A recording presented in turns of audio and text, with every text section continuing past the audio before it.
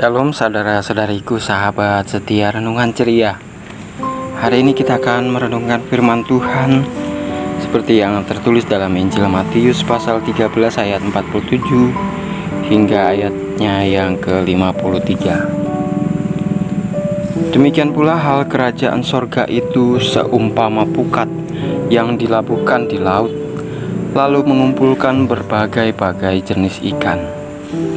Setelah penuh, pukat itu pun diseret orang ke pantai. Lalu duduklah mereka dan mengumpulkan ikan yang baik ke dalam pasu, dan ikan yang tidak baik mereka buang.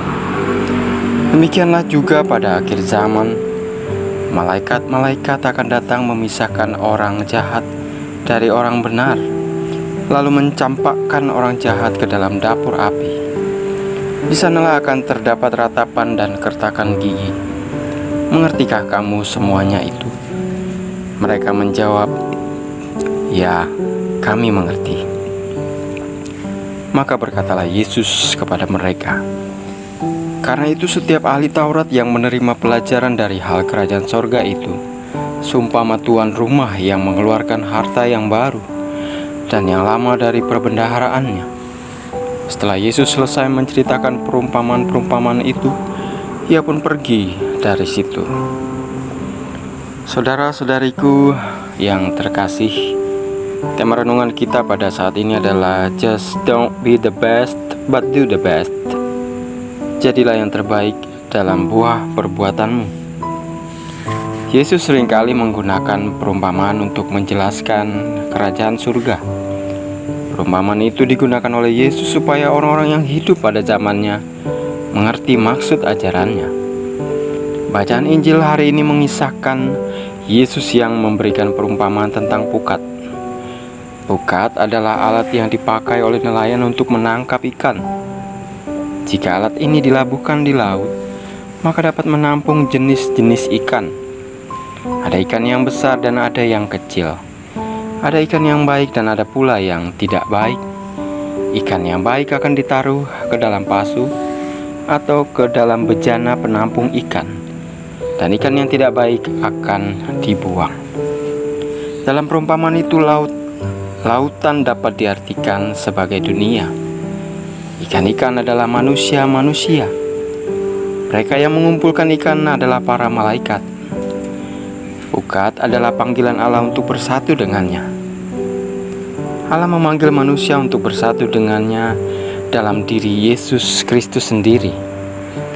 Yesus telah diutus ke dunia untuk memanggil siapa saja, supaya manusia bisa hidup dalam suasana kerajaan Allah.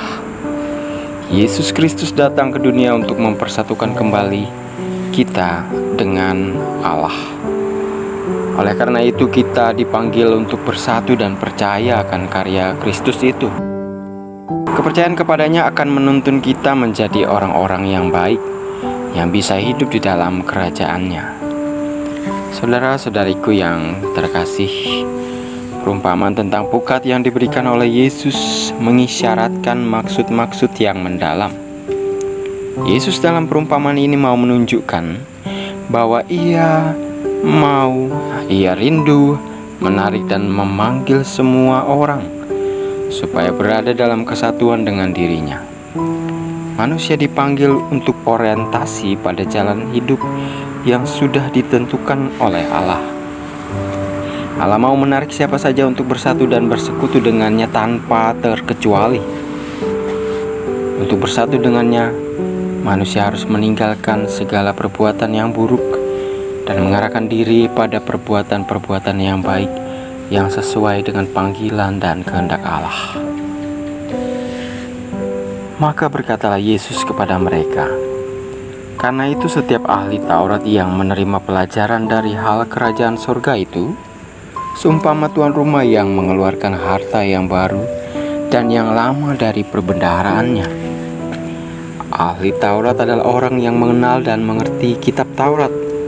Di zaman Yesus belum ada Alkitab seperti yang kita kenal sekarang ini. Ahli Taurat di sini dapat juga diartikan sebagai orang-orang yang telah mengenal dan mengerti tentang kebenaran firman Tuhan. Harta yang baru dan yang lama dari perbendaharaannya artinya semua firman yang sudah didengar dan disampaikan. Harta yang lama itu adalah ajaran-ajaran yang ada di dalam kitab Taurat, kitab para nabi, dan kitab Mazmur. Harta yang baru berarti semua ajaran Yesus dan ajaran yang diteruskan oleh para rasul kepada semua orang yang percaya kepada Yesus. Saudara-saudariku yang terkasih, apa yang bisa kita renungkan dari perumpamaan ini? Pertama, hendaklah kita menjadi ikan yang baik, yang mau menerima kebenaran Tuhan sebagai landasan dan pedoman hidup di dalam diri kita. Menjadi ikan yang baik memang tidak mudah, apalagi jika selama ini kita hidup menuruti arus keinginan daging atau keinginan dunia ini. Menjadi ikan yang baik berarti hidup di dalam ketaatan penuh. Yang kedua, kita juga dipanggil untuk membagikan seluruh harta rohani kita, yaitu setiap pengajaran yang sudah kita terima kepada orang lain. Sama seperti Yesus yang dengan kerendahan hati, dengan lemah lembut, dan dengan bersahabat. Dengan demikian kita menjadi kepanjangan tangan kasih Tuhan yang menghadirkan kerajaannya di tengah dunia. Just don't be the best, but do the best. Jadilah yang terbaik dalam perbuatanmu. Tuhan Yesus memberkati. Amin.